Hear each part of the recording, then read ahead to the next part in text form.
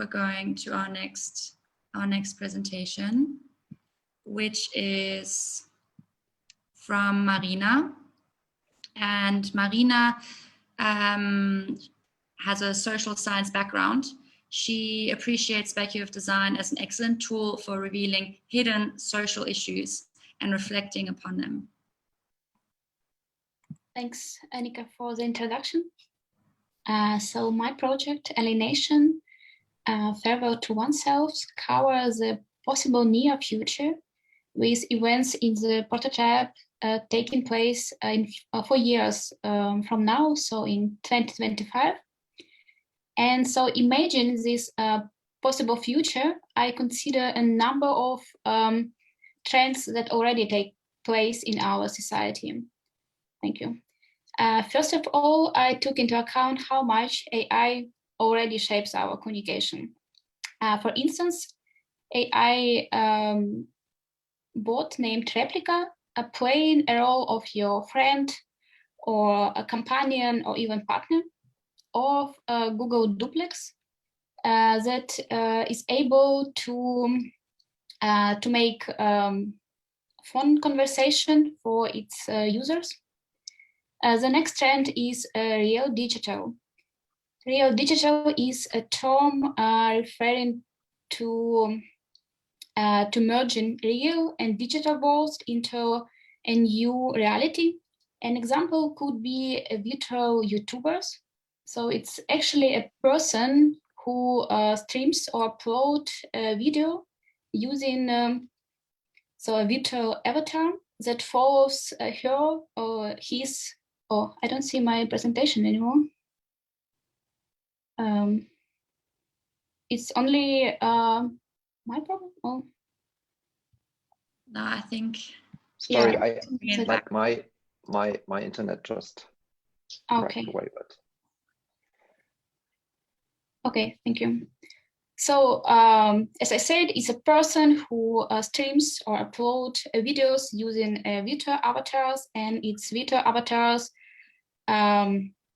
So they like follow their movements in real life. Some of them are quite popular and even have a huge fan base.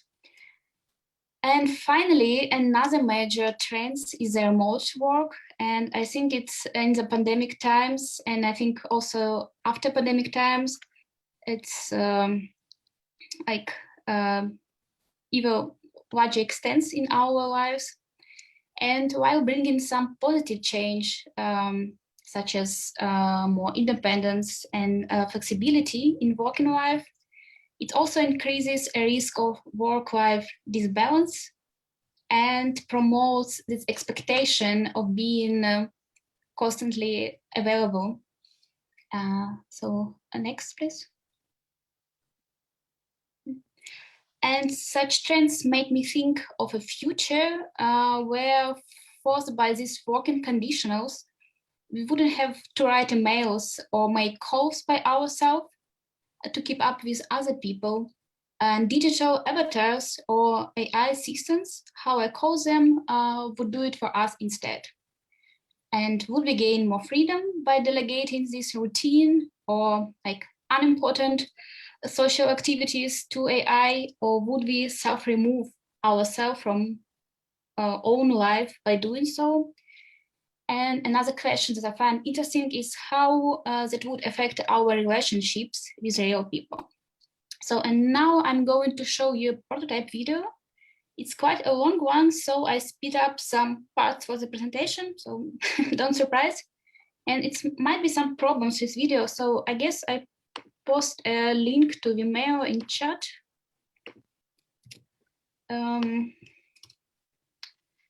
Yeah. Sorry. I think it's going to play now. Okay, yeah, thank you.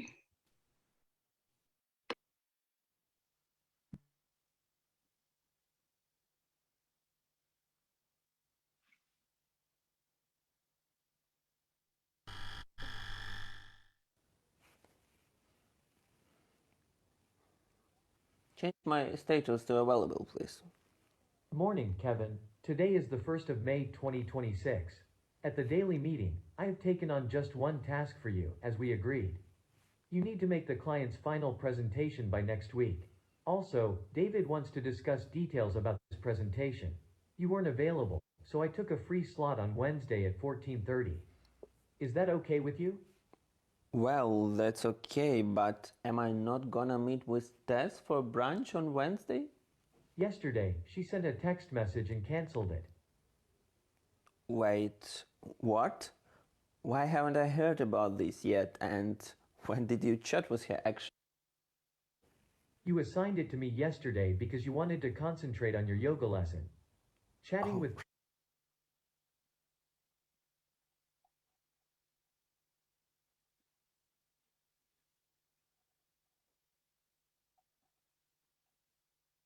This is not mandatory reportable. Do you want to listen to the report now? No, I don't have time. Need to start working now. But, by the way, you mentioned that my boyfriend has some problems at work. Could you please message him and suggest we meet, say, at... How about Saturday at 11 a.m.? Yes, that sounds good.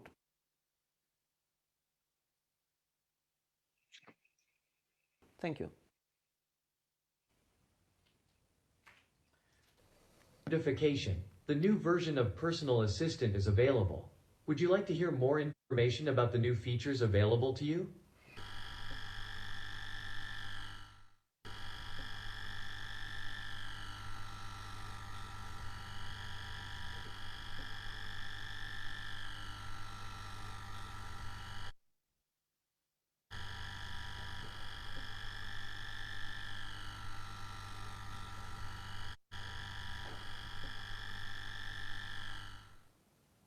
Tess is calling. Do you want to answer? Well, I suppose I'm free now. So yes.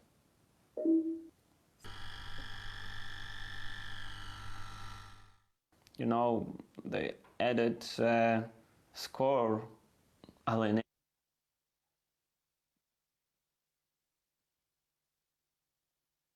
score. Sounds strange. Finally, it's the result of our big project at the Ministry of Digital Health and Well-being. I wrote about it yesterday. It took us forever to get this project approved. Have you seen the test? Oh, what a test. I'm not surprised. I think you should take the test. You use an assistant for work, don't you? By the way, when I was working on the project, I talked to people who use AI to communicate with family and friends. It's crazy. Yes, it's crazy, but you know, now everybody use assistants. I don't. Except you, Tess, of course. Just take a look and tell me what you think. I need to go. My boss is calling me. Bye. Bye, Tess.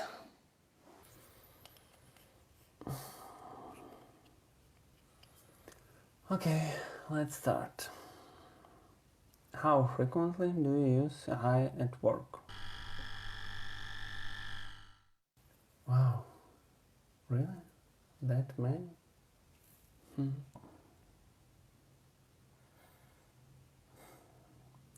When was the last time you didn't understand the context of a conversation with your friends at all?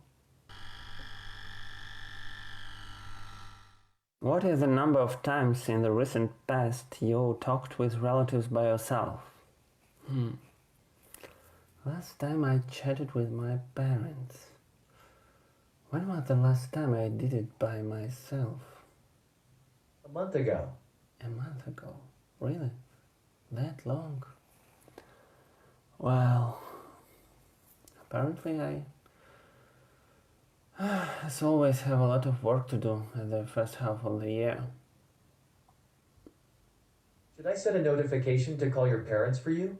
Your dad is going through a tough time, so maybe it'd be good to get more frequently in touch with him. A tough time? What do you mean? He took the news about his dementia symptoms badly. I can add a special module for patients with dementia. This will help to establish a more trusting and warm relationship between you. What do you think?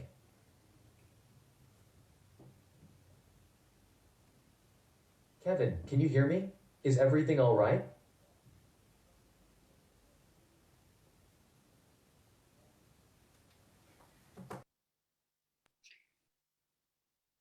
Yeah, thank you.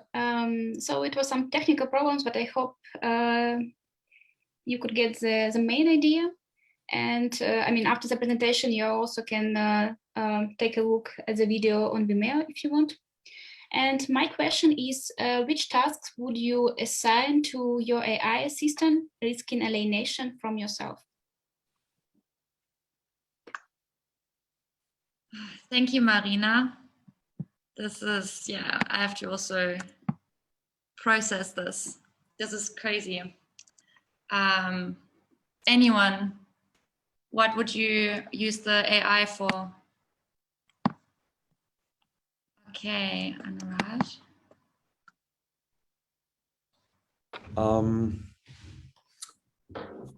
Firstly, it's really nicely done. The way it ends in a very real sort of moment for the protagonist is really touching. It almost reminded me of this Netflix drama series done by Paul Rudd called Living with Yourself. If you've not seen it, it's really nice. He basically, the world is that you can go to a company and you basically come out the best version of yourself. But the company basically kills you and puts a clone of you in your place, who is 1,000 times better than you at your love life, at your job, at sports, at making friends, everything. So yeah, it just kind of reminds me of that. And the tasks that I would assign to my AI assistant, oh man, that's a tough one, actually. Maybe cooking. I agree. And driving. Stephanie? Hi. I don't know. I can't think of a lot of tasks right now. I'll come with something like responding to emails or easy things.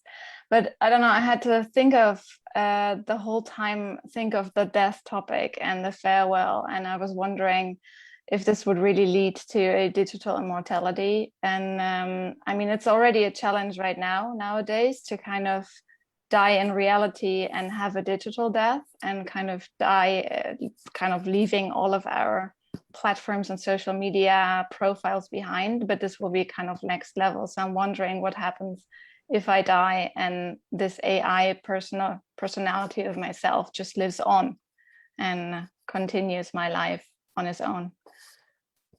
Just a question.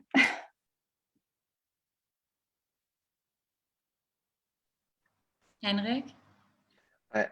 This entire story reminds me of something that happened lately with my grandma. Because like while I'm busy at work, I often like switch my phone off, and my grandma just doesn't understand the concept of voicemail.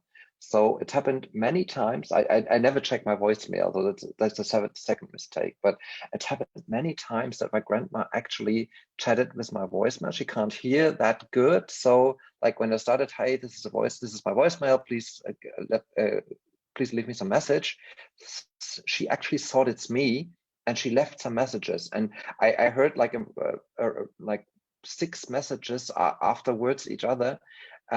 She's first started, so, "Hey, I can't understand you." The second was, "Why are you talking so fast?" The third is, "You don't let me like speak, and when I speak, you don't respond. What's wrong with you?" So like there was this entire line of messages, and I wanted to explain her, but she didn't get the concept. So like whenever I see this, that would be perfect to at least to have someone there explaining that I'm not there, and like taking some of my conversation, so that on the weekend when I have the time, I could call back and like tell her, "Okay, this happened during the week." So for this case would be really perfect.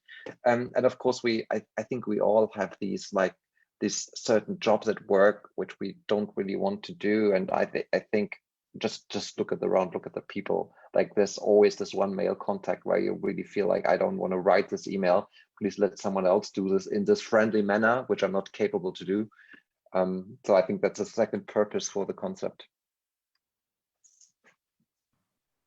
I think it's also like a slow process. At first, it's get rid of my spam mail, maybe reply to my Hausverwaltung. Yeah, find an apartment in Berlin. That's a great one. And then maybe even take care of group chats on WhatsApp, because it's just too many. Throw in a funny joke, because I can't think of anything. And then all of a sudden it just like spirals, and you haven't spoken to your friends in a month, and or your parents.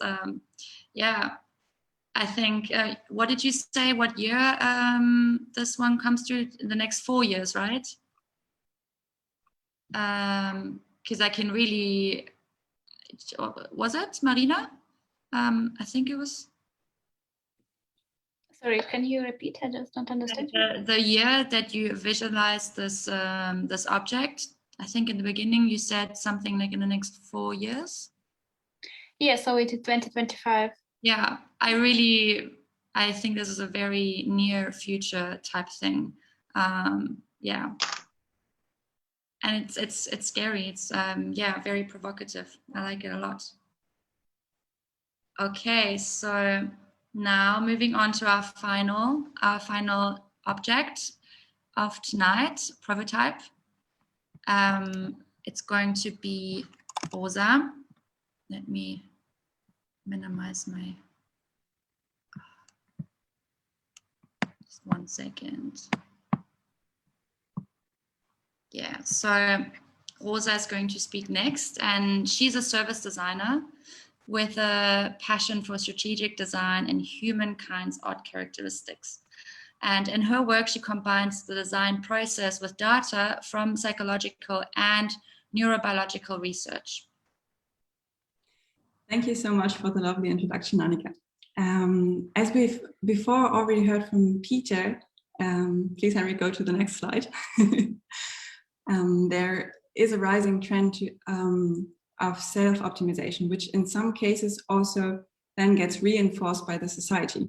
If you take a look at examples like statistics about how the insufficient sleep puts a strain on the economy, or also a recent article from Die Zeit in which Yuka, a young Japanese woman, explains how her sleeping behavior is rewarded by her employer, then you can get a sense of how pressuring the society can get when it comes to your own and personal health, and therefore also your functioning inside the society and the economic system. Next, please. And sleep seems not to be the only area in which self-tracking gets more popular. This guy here, he tracked his physiological parameters during a devastating breakup, and he measured his heart rate, his time spent in bed, his sleep efficiency, and the respiratory rate. And this raises the question of, how do we want to deal with times of suffering, with times of inefficiency, basically? Because what if we measure all of our data, and what if we know that we are not our highest performing selves at the moment? How do we want to proceed knowing this? And do we really want to interfere? And this is exactly what the project I'm going to show you gets into, because what we did is developing a far future scenario in which there is help in desperate times of a breakup, and this help is the center of grief. During our research, we discovered that besides the severe emotional effects of a breakup, there is a more hidden component that nobody really talks about, and these are the physiological consequences. Because a breakup causes a really high stress level for your body. Next, please, Henrik. Which means that your levels of cortisol rise dramatically. And also it has been shown that, for example, your IQ is lower in response to a breakup. So no wonder performing at work seems even more difficult. But the most surprising and also like the most radical finding, next, concerns the neural activities of your brain. So let's take a look at what actual studies taught us about the brain of the heartbroken. And this is also the scientific foundation our utopian or dystopian vision is built upon. Next, please. This is what your brain activity looks like when you are in love, when you lie in bed with your loved one on a Sunday morning, or thinking about the last time your loved one looked you deep in the eyes, saying that you are a dream come true. There is so much dopamine flowing in your veins, it feels like heaven, like the most fulfilling drug you could think of. But this is what happens in your brain if you then have to realize your loved one and you do not belong together forever. This is your brain experiencing a breakup. Looks like boring, insignificant changes to you? Don't be fooled, because this trivial difference is associated with all your pain, your craving, your feeling of tremendous suffering. And there's another thing. This is exactly what the brain of an addict looks like going through a cold withdrawal of cocaine. This is science showing you how awful a heartbreak really is. Even though you didn't know you were an addict, and now you are suffering from withdrawal, craving for your fix. Every time you check your phone, let your brain wander through your luckiest memories with your loved one, you're getting a fix. This is why we're here. You don't have to go through your withdrawal alone.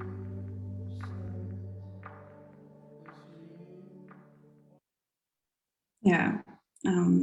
So given the fact that a heartbroken's brain shows the same activation patterns as this of someone undergoing a cold withdrawal of cocaine, one can certainly say, next handle please, that suffering from a broken heart is as much an illness as any addiction. And we do not let addicts fight their addiction alone, so why should we abandon the lovesick?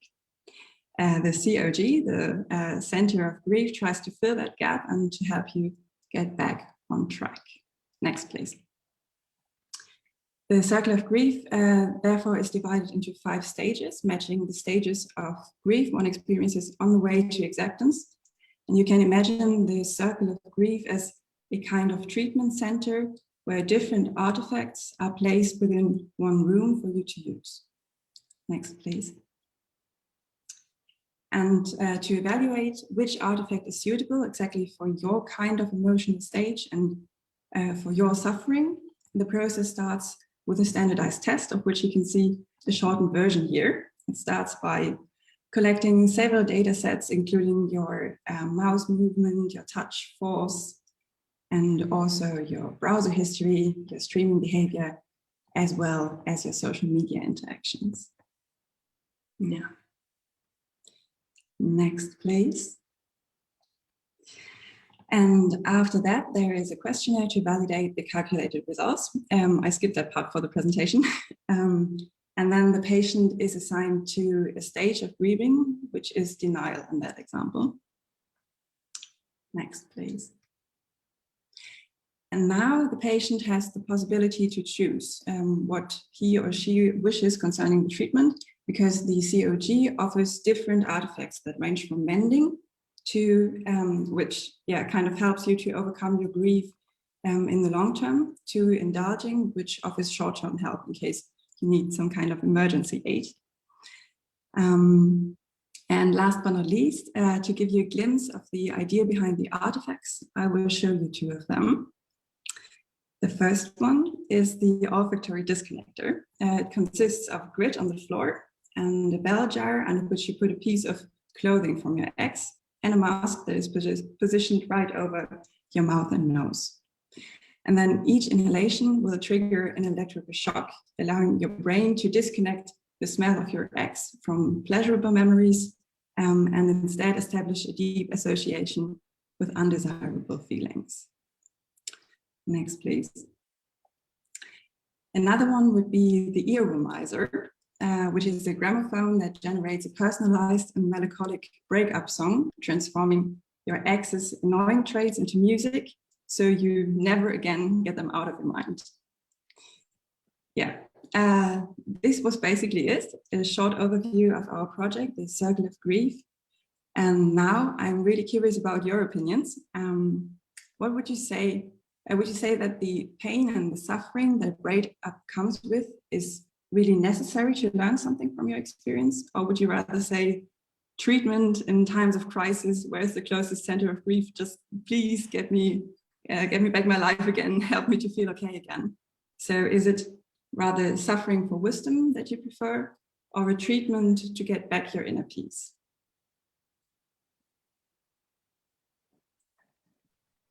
Thank you so much, Rosa. Wow. Again, another great idea. I have to say, at first I was thinking suffering is the way to growth. And I think a lot of people would agree that out of suffering, great things come out afterwards. But then when you were speaking about how your brain basically just goes through the same thing as a drug addiction, I was like, okay, maybe going to a treatment center then is justified. Yeah, what else do you guys say, Pablo? Hi. I loved it, first of all. Really loved like the whole idea and even like the small concepts that you brought up. And I found it like really, I think, like helpful, because sometimes I might feel even like going through a heartbreak incapacitated to like do it all over again. So I think this could also be a way of like, by making it easier to feel that heartbreak, to be willing to take that other plunge and go and try to find another like romantic partner that you might have, without feeling that, oh no, I'll have to go through all this pain again when I put myself out there. So super nice. Yeah, thank you for your feedback. Anyone else? There's a conversation going on in the chat. Judith? Yeah, I also think it's a very interesting project. And I find it hard to answer the question, actually, because I also get the point, or I agree with you, Annika, that suffering actually makes you stronger. But considering the fact that, for example, the heartbreak can actually affect your health and your life on a long term, because there's actually a medical syndrome called broken heart syndrome, where people could actually die of because it weakens the heart, and they just die of this weakened heart. I think some kind of treatment could actually be very helpful here.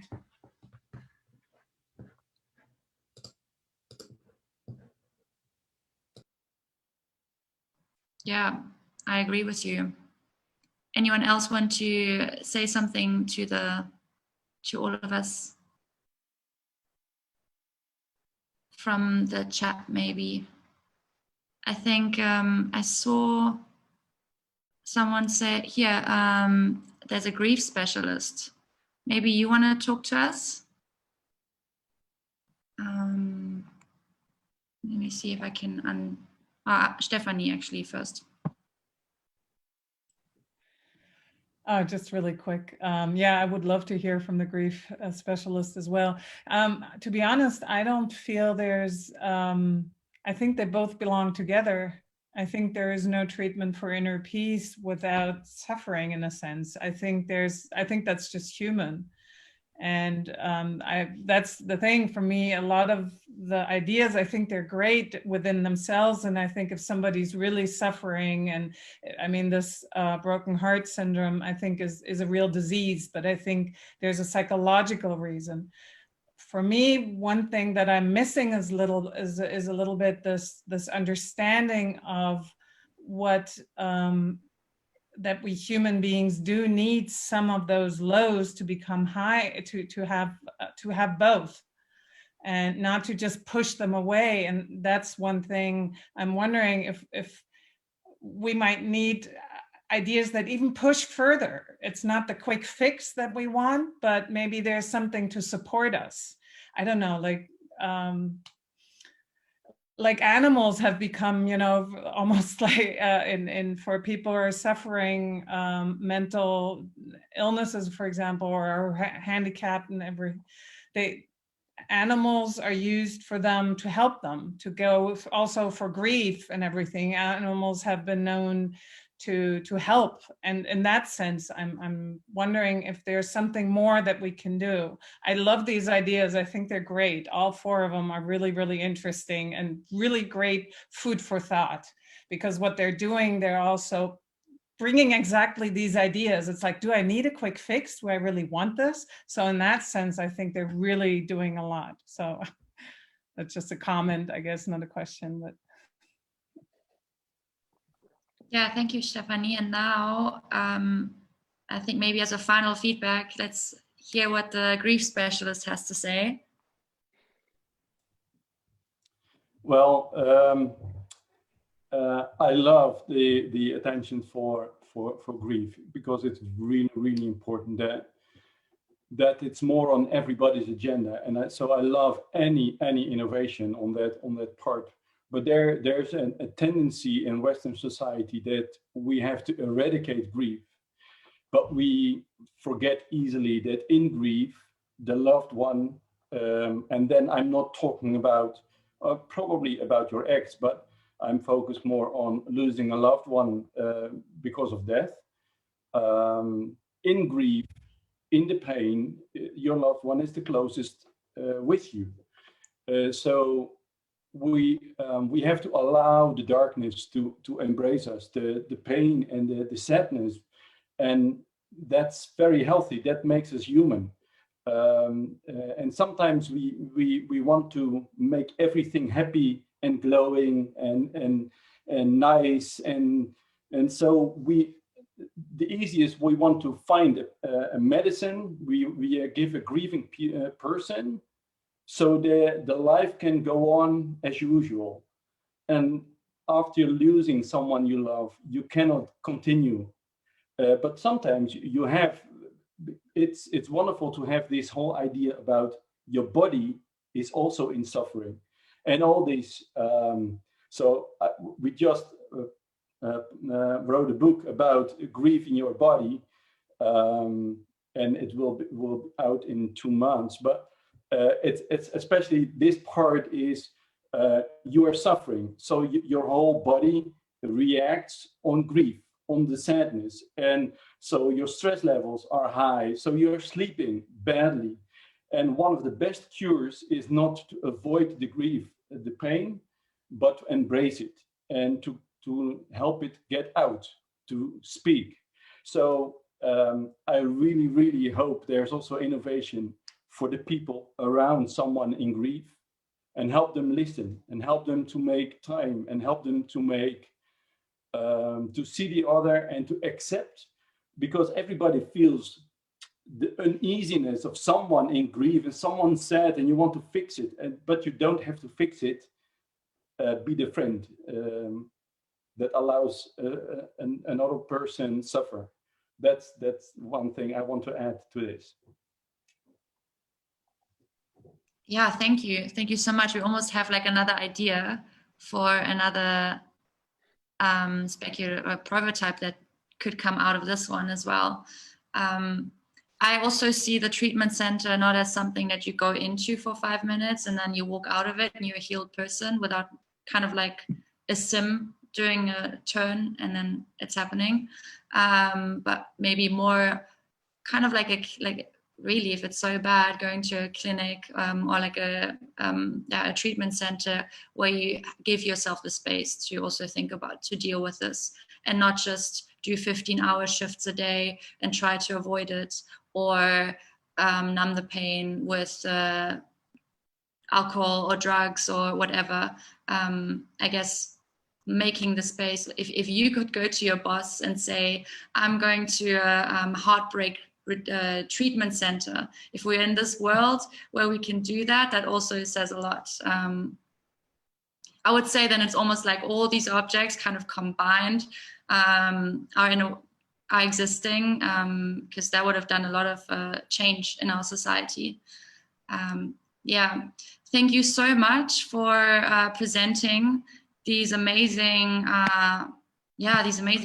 prototypes. I definitely feel positively provoked, and so technically it's the end of our session. It's even 3 minutes past 8. So understand if you need to go head out for dinner. If you want, maybe we can stretch it by like 2 more minutes or 3 minutes or whatever, and just do a little kind of final feedback. Also, how did you find this?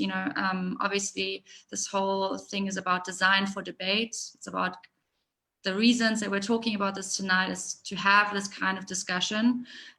Maybe you just want to give a little feedback on how you found it. Maybe you have a final question also to Henrik about the process. Yeah, the floor is yours.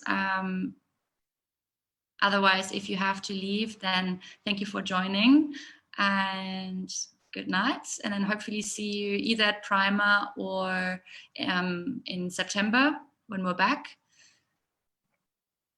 Yeah, so if you have a question, shoot. If not, also okay.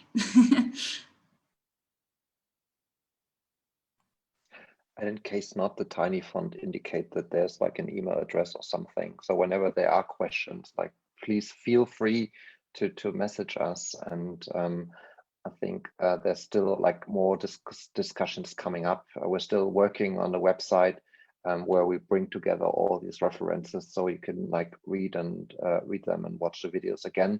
So there's more things coming up still, but like for us, it was today really like it was an honor for you, for us. That we could like take part in the meetup, and I think everyone was super excited, as it always is. Like presentations were like done at the end of the day. So thank you from our side. We really loved the discussion. I think many valuable points came out from this.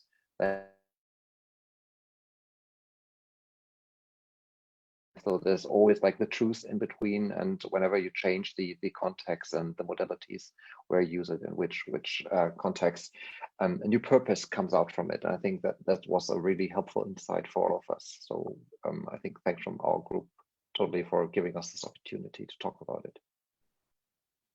Yeah, thank you for doing all of this, for the great presentation, and keep up to date also with the students. I think there's some amazing work that we can expect from them, and maybe also if you want to check out the video again from Marina, because we had some lagging. I'm also going to send an email after the event, probably maybe tomorrow or next week, adding all the books and the recommendations again, everything we spoke about tonight, and including the links to our to the speakers so that you can keep up to date. Yeah, the videos or the links to the videos as well. So nothing will be lost here. And obviously the video will go online as well at some point. So you can retrace your steps, go back to certain conversations. Yeah, thank you so much for joining tonight. And yeah, hopefully see you soon again. And yeah, maybe you have an idea you want to share to the Primer conference, 6 a.m., you have time. And yeah, thank you. It was really amazing.